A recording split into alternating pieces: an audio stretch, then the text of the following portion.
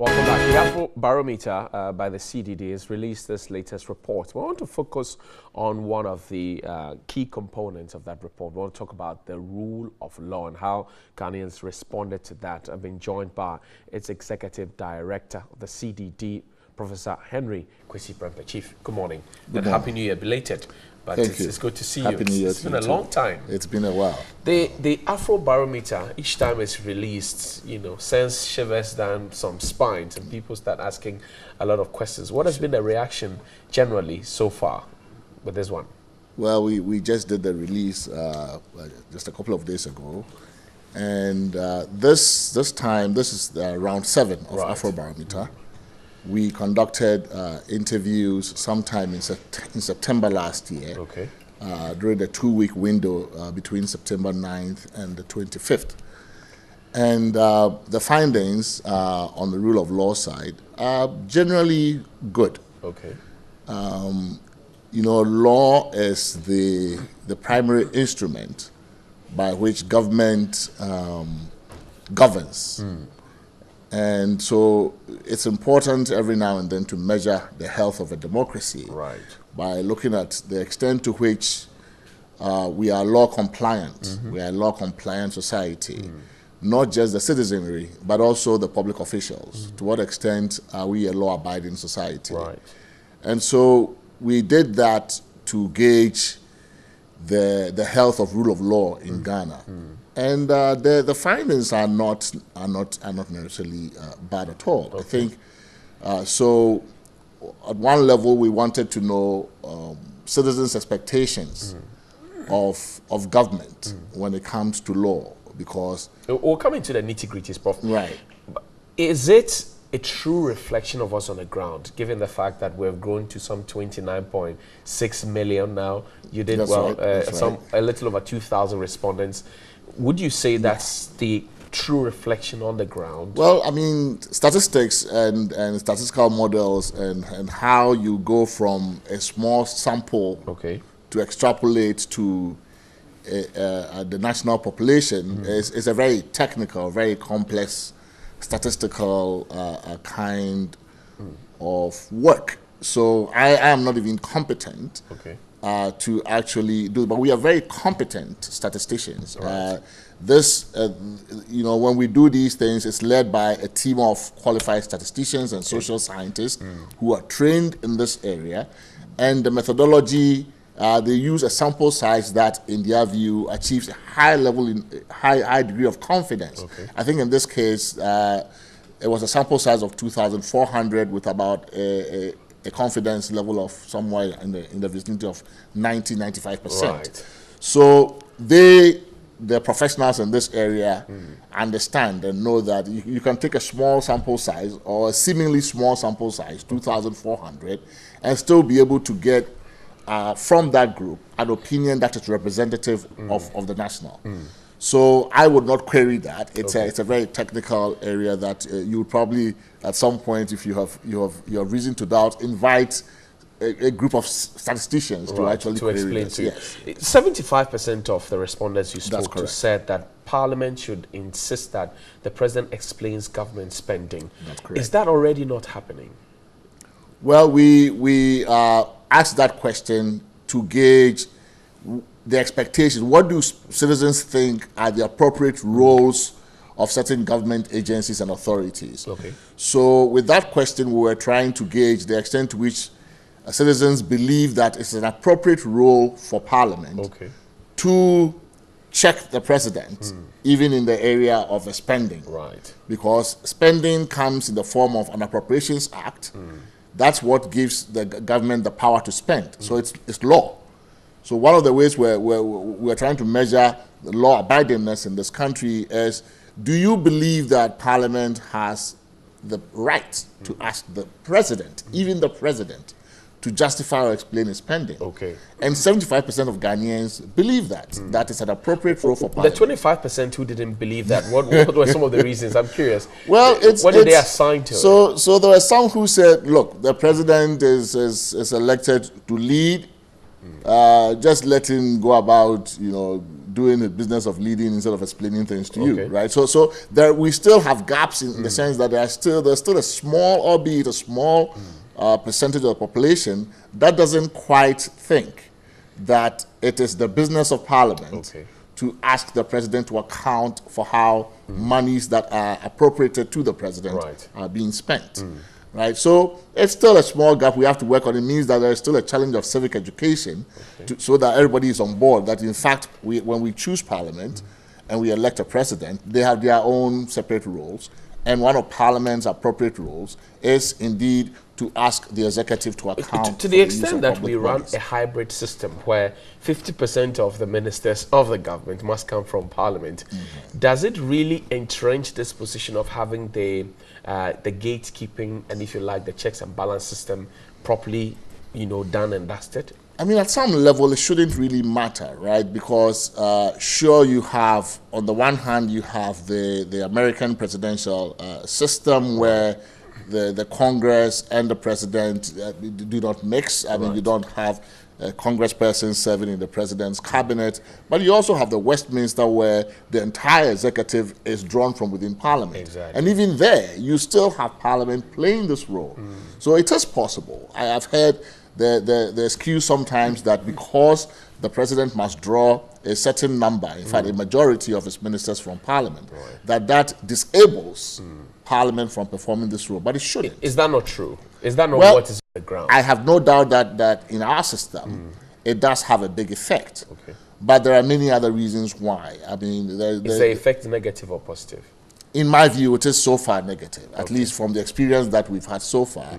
I doubt that there is anyone there who believes that drawing a majority of ministers from within Parliament has inured to the benefit of good governance in the sense of enabling Parliament to perform its oversight role. Nobody doubts that it has been negative. I think so far the evidence shows that it has not really allowed Parliament space. Let's go to the court, Prof. And 75% again of the respondents say the president must abide by the dictates of the courts and the law, even if it thinks it is wrong. The recent reference that we would have will be the Muntie 3 ruling. And I know that Nana Santibedieto and 2 others are in court trying to get the Supreme Court to rule on it. Where does this fall in it? What question specifically did you pose to them? And tell me the responses that I wouldn't be able to get the exact, because I don't have the questionnaire before me. But even that, I don't know that you could use the... Again, I think this is a good measure of the sense of the population in terms of their expectation about different roles. They know that you are president, fine, but the courts also have a role. And their role includes interpreting the law, applying it in particular cases, and giving it enforcing power. And their rules are binding on all of us.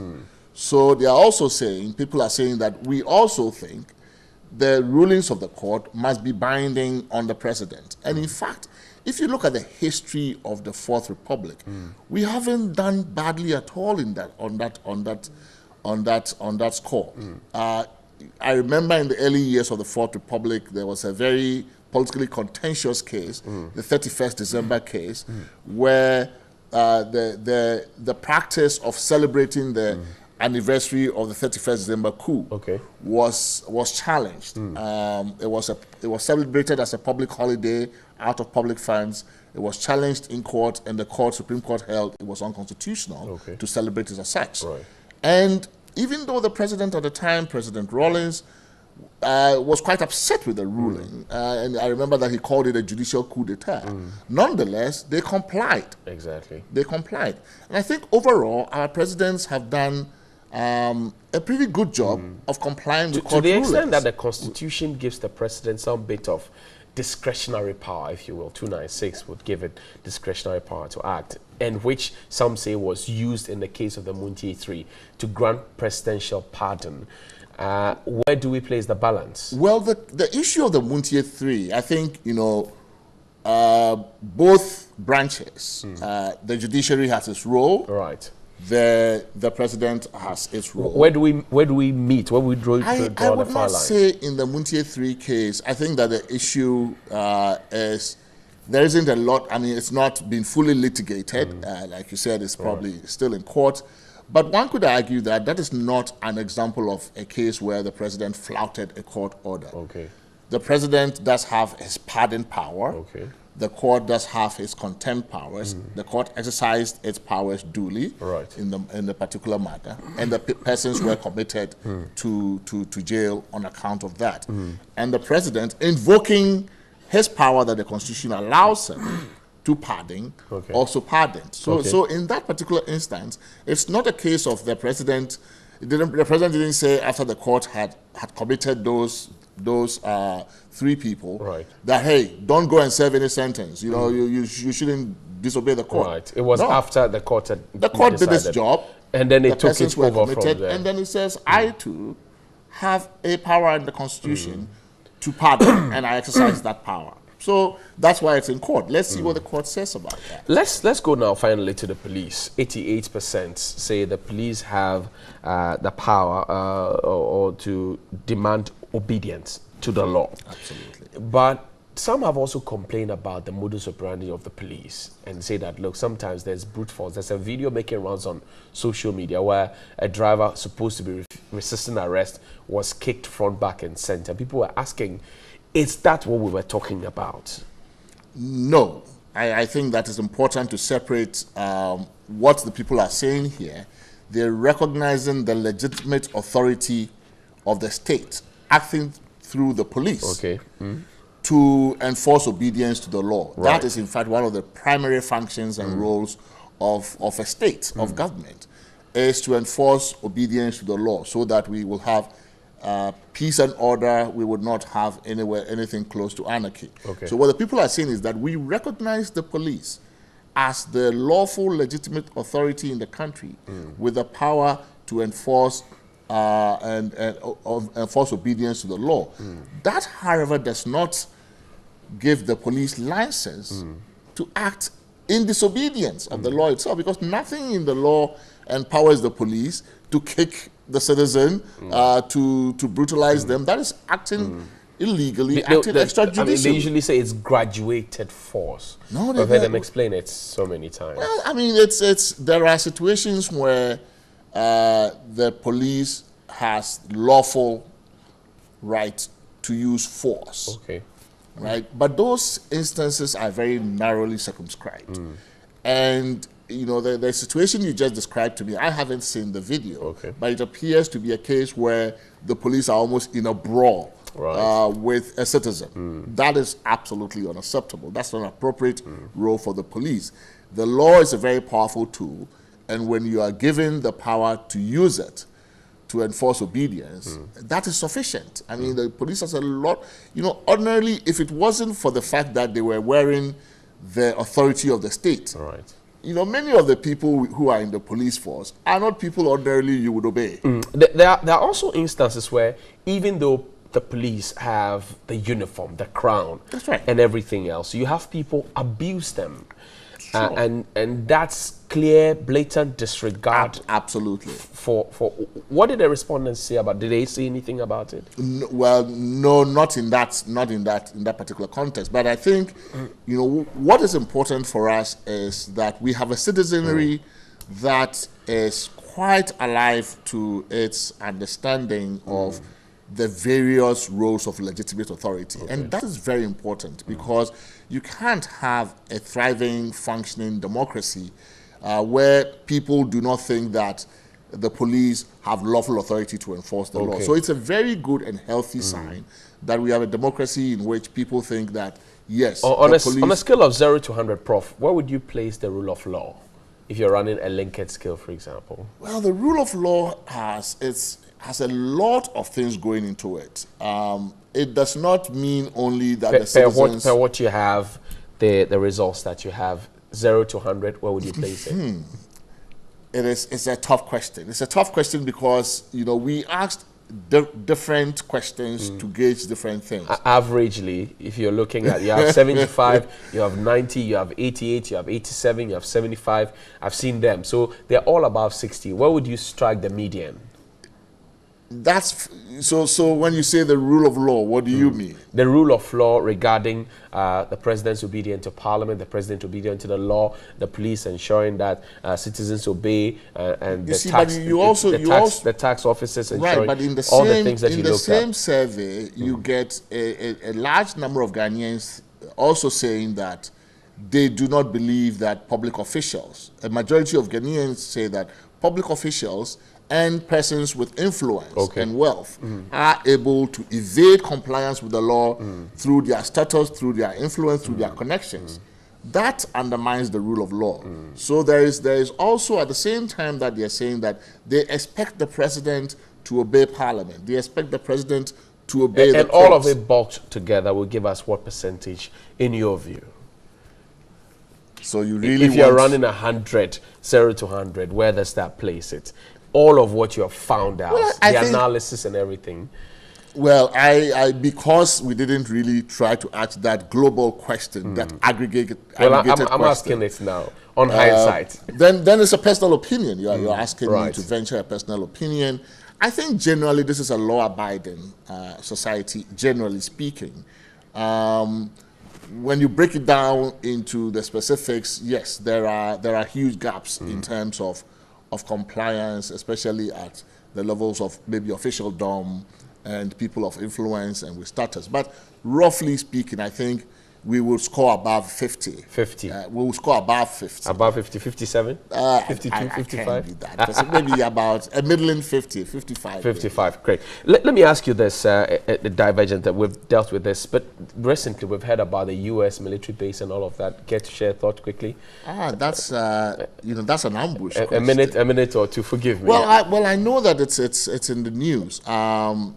I don't know if we know enough about it, and sometimes I think that these kinds of issues come up because of government's lack of transparency about these things. Right. You know, if information was adequately shared in a timely fashion, right, in a transparent fashion, at the appropriate time and forum, some of these things would not happen. I mean, so I have heard, for example, that this is a document marked secret. Okay. And it was supposed to be a cabinet document and it's in the public realm.